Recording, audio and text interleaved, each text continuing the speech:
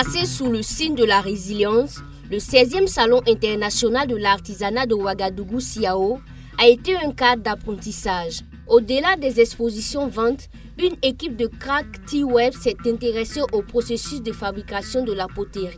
Les premiers regards sur ces œuvres sont admiratifs. Mais sait-on la complexité de leur fabrication, de l'obtention de la matière première jusqu'à la transformation en produit fini? C'est un véritable parcours de combattant pour ces potières de la région de la Boucle du Mour. De l'argile qu'on part enlever en brousse pour venir piler parce qu'on n'a pas de machine. On pile ça, les femmes battantes de Tchériba pilent ça pour avoir de la farine.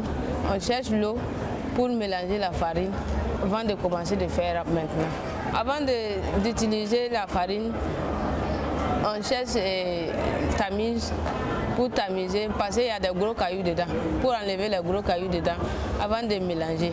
Parce qu'il y a les pots cassés aussi qu'on met dedans. Sans ça, ça ne donne pas. Si tu mets au feu, ça se gâte. Quand on finit de faire ça, comme c'est fragile là, on met au soleil d'abord pour que ça soit bien sec avant de mettre ça au feu.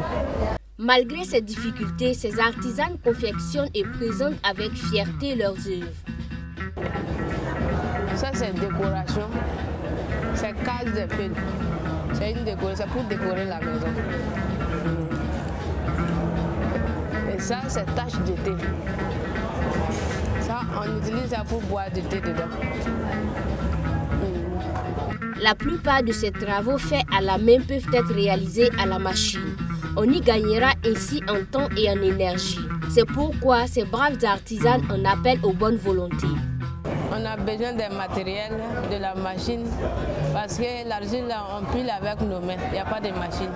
On a besoin des matériels et on a besoin d'eau aussi. On ne peut pas faire sans l'eau. Tout notre travail que nous faisons là, c'est l'eau qui fait. La poterie est une source importante de développement économique. Pourtant, ce secteur de l'artisanat fait face à d'énormes difficultés. Difficultés allant de l'acquisition de la matière première à la transformation en produit fini.